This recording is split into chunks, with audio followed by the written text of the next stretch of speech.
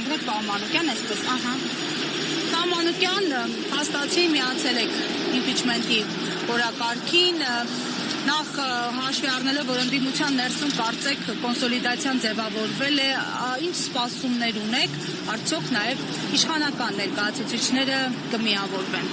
Ցանկացած process-ին, որը ուղղված է Նիկոլ Փաշինյանի հեռացմանը, միանում ենք, բայց իրականում սպասումներ կարելի ասել կամ շատ քիչ են կամ չկան, որովհետև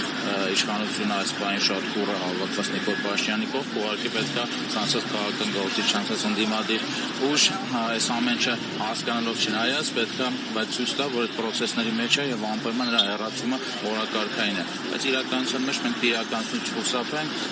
այս պահին իրական չի impeachment-ի միջոցով նրան հեռացնելը։ Որ պահին իրական կհամարեք դա, երբ որ փողոցներ կեներացվի։ Երբ որ ընդդիմադիր ուժերը կամ ընդդիմադիր որևէ գործիչ կամ մի հատ ճակատ հավաստիացնի ժողովրդին, որ շատ ավելի լավ է լինելու, քան այն ինչ որ ժողովուրդը պատկերացնում է։ Իրականում ժողովուրդը տեսնում է Նիկոլ Փաշինյանի բերած բոլոր աղետները, բայց ինքը վախեր ունի տարբեր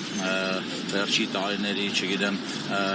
իշխանությունը ասած ամբողջականության վերջի 34 տարվա հետ կապված շատ վախեր ունի եւ դա բերել է ժողովրդի մեծ մասի անտարբերությանը, ամենակիչը անտարբերությանը։ Իսկ մի մասը նաեւ տպավորություն ունի, որ միգուցե մարդիկ կարան որ շատ ավելի վատ լինեն իրանց, որտեղ իրանք այնուամենայնիվ, չնայած մենք որ շատ ենք ցանկանում մարդիկ գաղափարներով առաջնորդվեն, բայց հիմնականում առաջնորդվում են կենցաղային հարցերով եւ նրանք տեսնում են հասկանալ միգուցե ավելի վատ լինի եւ կենցաղում իրանք ավելի խնդիրներ ունենան, ոչ թե տնտեսական վիճակին, այլ միգուցե մեկը նեղվում է որևէ թաղային հեղինակության առկայությունից, որևէ անարդար process-ներից, համար այս ամեն ինչի